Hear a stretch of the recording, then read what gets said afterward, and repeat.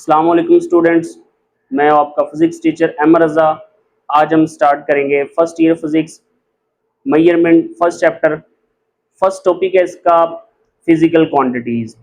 Physical quantities क्या होती हैं? ऐसी क्वांटिटीज़ जिसको हम मेजर कर सकते हैं, जस्ट लाइक आपके पास लेंथ, मास, स्पीड, वेलोसिटी, एक्सेलरेशन, एरिया। इन सब क्वांटिटीज को हम क्या कर सकते हैं? बाय सम इंस्ट्रूमेंट हम मेजर कर सकते हैं। यानी कि अगर इसकी डेफिनेशन की तरफ जाएं तो all the measurable quantities known as physical quantities. अच्छा, फिजिकल क्वांटिटीज को हमने कैटेगराइज किया हुआ है दो क्वांटिटीज में। एक है आपके पास base quantity and second one is derive quantity. Base quantity क्या होती है? बेस क्वांटिटी ऐसी क्वांटिटीज होती हैं जिनको हम मजीद डिफाइन नहीं कर सकते, यानी कि इतनी ही बेसिक है आपके पास कि इनको मजीद हम डिफाइन नहीं कर सकते। जस्ट लाइक मैं अगर लेंथ आपसे पूछूं कि दो पॉइंट्स के दरमियान लेंथ को डिफाइन करना है, लेंथ को मेजर करना नहीं, लेंथ को डिफाइन करना है, तो आप क्या कहेंगे कि दो पॉइंट्स के दरमियान डिस्टेंस। अब दो पॉइंट्स के दरमियान ये जो डिस्टेंस है ये भी तो इटसेल्फ एक लेंथ है, ठीक है, यानी कि लेंथ को आप डिफाइन नहीं कर पा रहे। इसी तरह अगर हम बात करूं अल्फाबेट ए की, अल्फाबेट ए को डिफाइन करो तो अल्फाबेट ए को भी आप डिफाइन इजीली नहीं कर पाएंगे, यानी कि अल्फाबेट ए को हम डिफाइन नहीं कर पाएंगे। हम क्या कर सकते हैं कि अल्फाबेट जितने भी होंगे उनको मर्ज करके, उनको अरेंज करके कोई नया वर्ड बना देंगे, लेकिन उनको define alphabet A B C इनको डिफाइन नहीं कर सकते। इसी तरह आपके पास बेस क्वांटिटीज हैं कि बेस क्वांटिटीज जिनको हम मजीद डिफाइन नहीं कर सकते, ठीक है। बेस क्वांटिटीज कितनी है?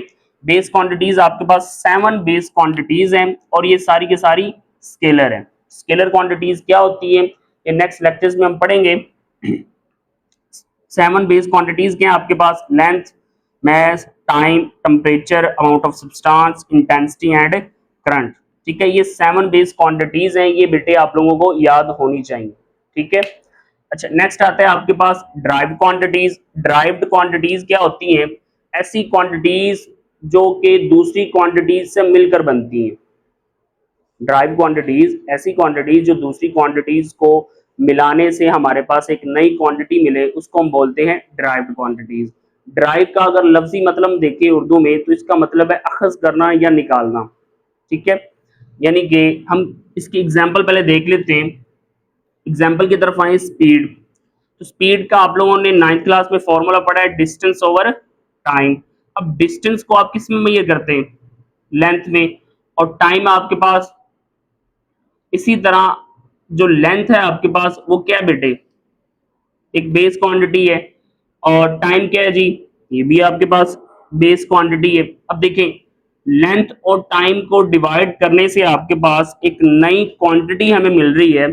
जो नई क्वांटिटी मिल रही है वो आपके पास क्या है जी? ड्राइव्ड क्वांटिटी है। यानी कि दो या दो से ज्यादा क्वांटिटीज को जब हम रीअरेंज करेंगे, डिवाइड करेंगे या सब्ट्रैक्ट करेंगे या मल्टीप्लाई करेंगे तो उससे हमारे पास जो नया रिजल्ट मिलेगा, जो नई क्वांटिटी मिलेगी, उसको नाम देंगे हम ड्राइव क्वांटिटी। इसकी मजीद अगर एग्जांपल्स देखें, वेलोसिटी,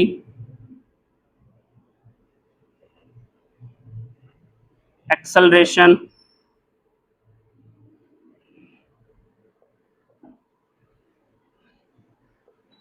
फोर्स,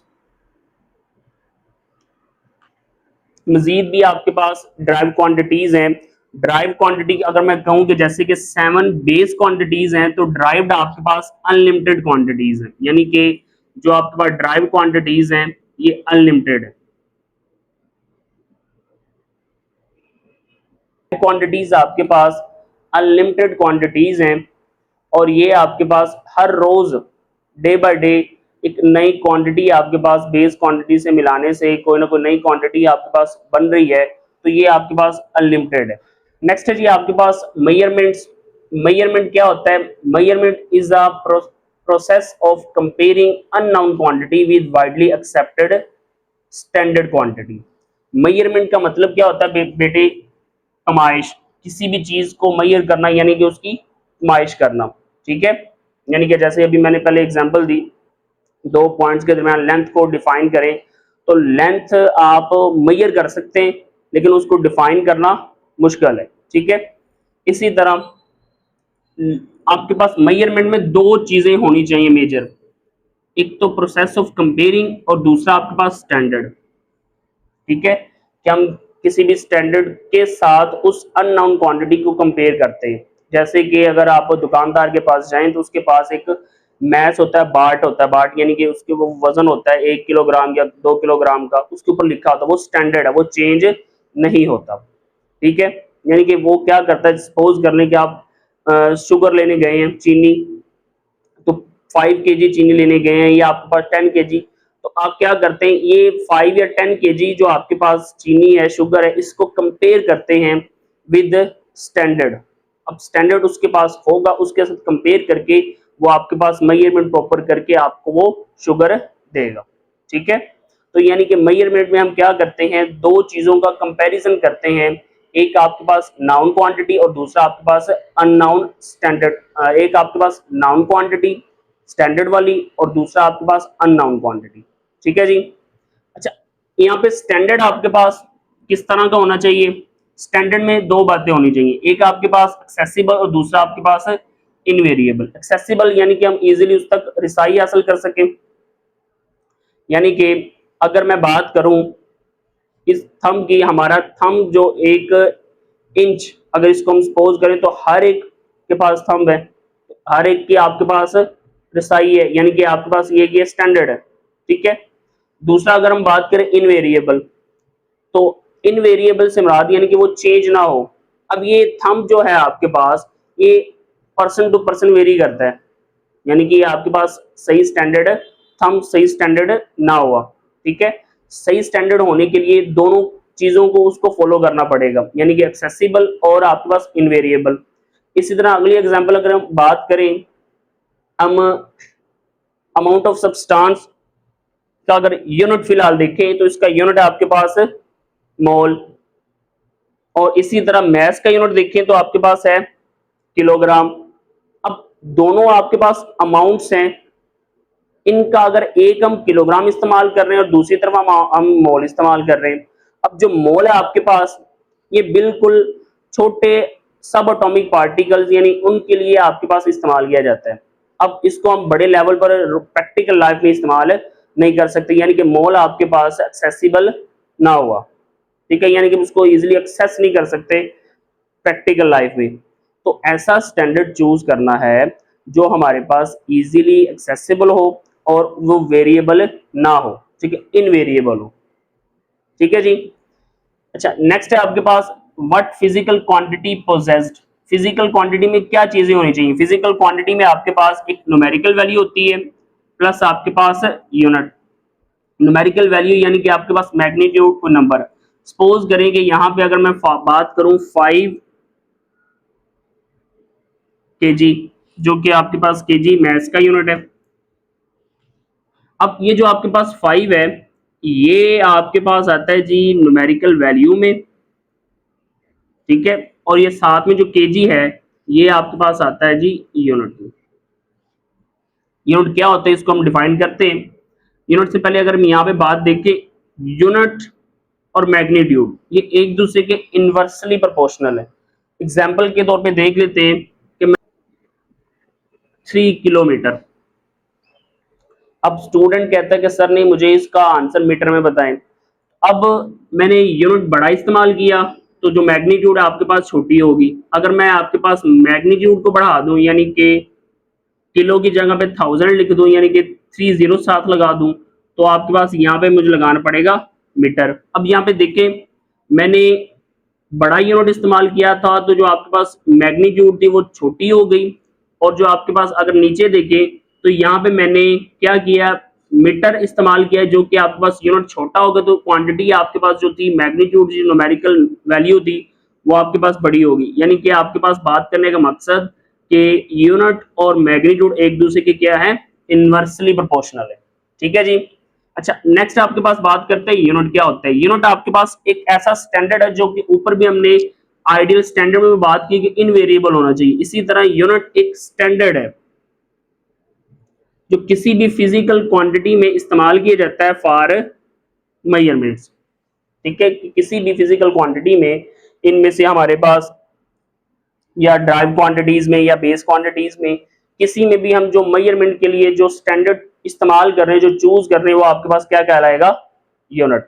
अच्छा, यूनिट आपके पास फिक्स होना चाहिए, यानी कि बार बार वो चेंज ना हो, यानी कि जो हमने बात की इनवेरिएबल, बार बार ये वेरी ना करे। अच्छा, यूनिट को हम कैटेगराइज करते हैं दो यूनिट्स में, एक आपके पास बेस यूनिट और second one is drive unit. Base unit क्या होते हैं? बेस यूनिट ऐसे यूनिट्स होते हैं जो बेस क्वांटिटीज को डिस्क्राइब करते हैं। ऐसे यूनिट्स जो बेस क्वांटिटीज को क्या करें? डिस्क्राइब करें। उन यूनिट्स को हम नाम देते हैं बेस यूनिट्स। ठीक है जी, इनकी एग्जांपल देख लेते हैं। जैसे कि यहाँ पे मैंने ये लिखा हुआ है कि लेंथ का अगर हम यूनिट देखें तो बनता है आपके पास बेटे मीटर, और मैस का यूनिट आपके पास किलोग्राम, जिसको केजी लिखते हैं। टाइम का यूनिट जी सेकेंड, जिसको स्मॉल एस लिखते हैं। ठीक है, और टेम्परेचर का यूनिट आपके पास केल्विन, जो कि कैपिटल के है। और अमाउंट ऑफ सब्सटेंस, इसका यूनिट जी आपके पास मोल, अक्सर इसको हम लिखते हैं एन से, MOL भी लिख देते हैं। इंटेंसिटी का यूनिट आपके पास कैंडेला है, जिसको CD से लिखते हैं। और करंट का यूनिट जी आपके पास एम्पेयर। ये आपके पास बेस यूनिट्स। ठीक है, बेस यूनिट्स क्या होते हैं? जो बेस क्वांटिटीज को डिस्क्राइब करते हैं। ठीक है, और ये आपके पास बेस यूनिट्स हैं। बेस यूनिट भी आपके पास 7 है। ठीक है, और बेस यूनिट भी आपके पास 7 और बेस क्वांटिटीज भी कितनी है? 7 है। इसी तरह अगर हम आगे बात करें, ड्राइव्ड यूनिट क्या होते हैं?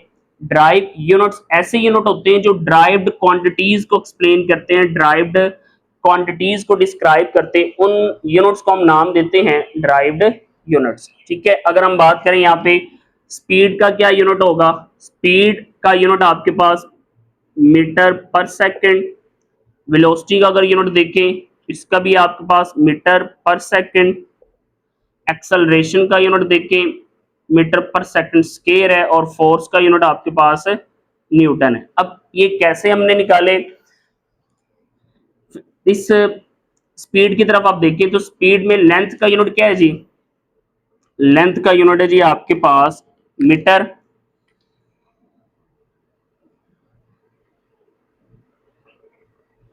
और टाइम का यूनिट आपके पास जी सेकंड।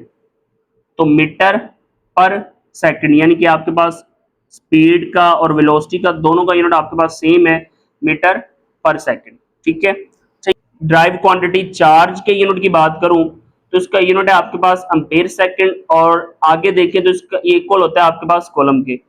अब बच्चों के माइंड में क्वेश्चन आता है कि सर, जो चार्ज है वो बेस है, यानी कि बेसिक चीज है कि जिसकी वजह से करंट प्रोड्यूस होता है। करंट किस वजह से प्रोड्यूस होता है? किसी भी कंडक्टर में, किसी भी मटेरियल में जब चार्ज फ्लो करता है तो चार्ज को बेस क्वांटिटीज में होना चाहिए, और करंट को जो कि आपके पास चार्ज से मिलकर बन रहा है, इसको ड्राइव क्वांटिटीज में होना चाहिए। तो इसका आंसर ये है कि जो चार्ज है आपके पास, इसको हम इजीली मेजर नहीं कर सकते। ठीक है, और जो आपके पास करंट है, इसको हम इजीली मेजर कर सकते हैं, इसको इजीली डिटेक्ट कर सकते हैं बाय एमीटर, गिल्वानोमीटर। हम इजीली इसको क्या कर सकते हैं? डिटेक्ट कर सकते हैं। लेकिन जो आपके पास चार्ज है, इसको डिटेक्ट करना, इसको मेजर करना, इसके लिए अलग से प्रोसीजर है। इसलिए हम क्या कहते हैं? और बेस क्वांटिटी यानी कि ऐसी क्वांटिटीज होंगी जिसको इजीली हम मेजर भी कर पाए। ठीक है, इसलिए हमने उनको करंट को आपके पास बेस क्वांटिटी का। ठीक है जी। अच्छा, नेक्स्ट है आपके पास एसआई यूनिट्स। अब एसआई यूनिट्स क्या होते हैं? एसआई यूनिट्स आपके पास दो चीजों के कॉम्बिनेशन को कहते हैं, एक आपके पास बेस यूनिट और दूसरा है आपके पास ड्राइव यूनिट, यानी कि the set of base and drive units. इसको कहते हैं जी हम एसआई यूनिट्स। एसआई यूनिट्स 1960 में पेरिस के अंदर एक मीटिंग हुई थी जिसमें ये डिसाइड किया गया कि जो डिफरेंट कंट्रीज हैं उनमें जो डिफरेंट डिफरेंट मेजरमेंट के लिहाज से यूनिट इस्तेमाल होते हैं वो नहीं होंगे। आज के बाद एक ही यूनिट इस्तेमाल होगा, वो थे आपके पास एसआई यूनिट्स। और एसआई यूनिट्स आज हमने पढ़े। ये आपके पास बेस में कितने यूनिट्स आ रहे हैं, ड्राइव में आपके पास कितने यूनिट्स आ रहे हैं, ये सारे के सारे आपके पास एसआई यूनिट्स हैं। ठीक है। अगर मैं इसके अलावा बात करूं तो अगर सपोज करें कि लेंथ के लिहाज से मैं मेजरमेंट लेना चाह रहा हूं, तो लेंथ के लिहाज से अगर मैं मेजरमेंट लूं, एक में मैं मेजरमेंट लूं मीटर, और एक में मैं सेंटीमीटर, और एक में मैं इंच। अब तीनों कंट्रीज में अगर ये तीन डिफरेंट यूनिट इस्तेमाल होंगे तो जो भी आपके पास टूरिस्ट होगा या वो आपके पास पर्सन अपनी तिजारत करना चाह रहा है, ट्रेड करना चाह रहा है, तो ट्रेडिंग में ये आपके पास इन यूनिट के चेंज होने की वजह से बहुत ज्यादा कंफ्यूजन प्रोड्यूस होगी, कंफ्यूजन बनेगी। उस चीज को खत्म करने के लिए 1960 में पेरिस में एक मीटिंग हेल्ड होती है जिसमें ये डिसाइड किया जाता है कि आज के बाद आपके पास जो लेंथ के लिए यूनिट होगा वो मीटर होगा, इसी तरह मैस के लिए ग्राम नहीं बल्कि किलोग्राम होगा। ठीक है। टाइम के लिए सेकंड और सॉन आपके पास। इसीलिए और वो डिसाइड कर दिया गया कि ये जो यूनिट होंगे इनको हम ऐसा यूनिट नाम देंगे और ये ओवरऑल द वर्ल्ड चलेंगे। ठीक है। एक्सेप्ट सम कंट्रीज हैं जिसमें अभी भी इंपीरियल यूनिट इस्तेमाल किए जा रहे हैं, यानी कि फुट है, इंच है, यार्ड है, ये यूनिट इस्तेमाल किए जा रहे हैं। दो तीन कंट्रीज, उसके अलावा ओवरऑल द वर्ल्ड ये आपके पास ऐसा यूनिट ही चलते हैं। मिलते हैं नेक्स्ट लेक्चर में, तब तक के लिए अल्लाह हाफिज।